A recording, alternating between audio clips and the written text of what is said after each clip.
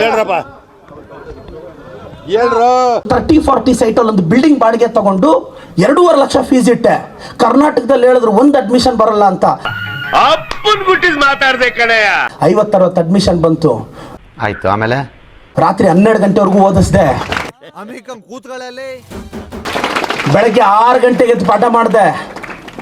46 ಜನಕ್ಕೆ ಸೀಟ್ ಆಯ್ತು. ಲ್ಯಾಟ್ರಿ. ನಾನು ರಾಜಕಾರಣಕ್ಕೆ ಬರೋದಕ್ಕಿಂತ ಮುಂಚೆ ನನಗೆ ಟಿಕೆಟ್ ಡಿಕ್ಲೇರ್ ಆಯಿತು. ಟಿಕೆಟ್ ಡಿಕ್ಲೇರ್ ಆದಾಗ ನಮ್ಮ ಫ್ಯಾಮಿಲಿ ಎಲ್ಲ ಭಯ ಬಿದ್ದರು. ಆಗಲ್ಲ, ನೀವು ಸೋತೋಗ್ತೀರಾ. ಭಾಷಣ ಮಾಡ್ಬೇಕಾರೆ ಬದಲಾಯಿಸ್ಬಿಡ್ತೀನಿ ಅಂತಿದ್ದಲ್ಲ, ಏನೋ ಬದಲಾಯಿಸ್ತೀಯ ಬದನೆಕಾಯಿ. ಮೊದಲು ಡೈಲಿ ನೀನು ಹಾಕೊಳ್ಳೋ ಕಾಚ ಬದಲಾಯಿಸಲೇ ಗುಲ್ಡು. ಲೈಫ್ ಹಾಳಾಗೋಗುತ್ತೆ. ನಾನು ಹೇಳಿದೆ ತಿಂಗಳ ಎಕ್ಸ್ಪೆನ್ಸ್ಗೆ ಎಷ್ಟು ಬೇಕು? 15-20 ಸಾವಿರ. 20 ಸಾವಿರ ಇಂಟು ಲೆಕ್ಕ ಹಾಕು. 2.5 ಲಕ್ಷ ಬೇಕು. 10 ವರ್ಷಕ್ಕೆ 25 ಲಕ್ಷ ಬೇಕು. ಹೋಗಿ 25 ಲಕ್ಷ ಬ್ಯಾಂಕಲ್ಲಿ ಡಿಪಾಸಿಟ್ ಮಾಡಿ. ಈ ಲೈಫಲ್ಲಿ ಏನಾದರೂ 10 ವರ್ಷ ನಾವು ಹ್ಯಾಪಿಯಾಗಿ ಬದುಕ್ತೀವಿ. 100 ಜನದಲ್ಲಿ 100 ಜನ ನನಗೆ ನೆಗೆಟಿವ್ ಹೇಳಿದ್ರು. ಬೇಡ, ಆಗಲ್ಲ. ಟ್ರೈ ಕೊಟ್ಟು ನೋಡಿದೆ, ಆಗೋಯ್ತು.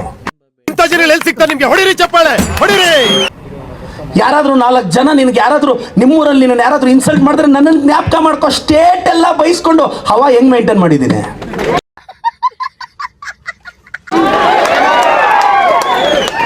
ಸಿಕ್ದವರೆಲ್ಲ ಬೈತಾರೆ. ಸ್ಟಿಲ್ ಮೊನ್ನೆ ಬಿಗ್ ಬಾಸ್ ಕರೆದಿದ್ರು, ಹೋಗ್ ಬಂದೆ ಲಾಸ್ಟ್ ಇಯರ್.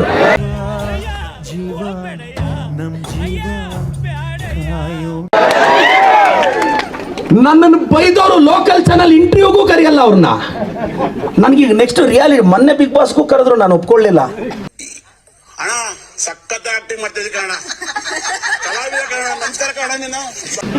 ನಾನು ಒಪ್ಕೊಳ್ಳಿಲ್ಲ.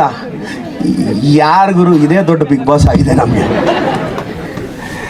ಬಿಗ್ ಬಾಸ್ ಅಲ್ಲಿ ಹೋದ್ರೆ 75 ಲಕ್ಷ ಗೆಲ್ತೀನಿ. ಇಲ್ಲಿ ವರ್ಷಕ್ಕೆ ಚಾಕ್ ಪೀಸ್ ಹಿಡಿದ್ರೆ 700-800 ಜನ ಡಾಕ್ಟರ್ ಮಾಡ್ತೀನಿ. 1.25 ಕೋಟಿ ಒಂದು ಮೆಡಿಕಲ್ ಸೀಟ್ ಫ್ರೀ.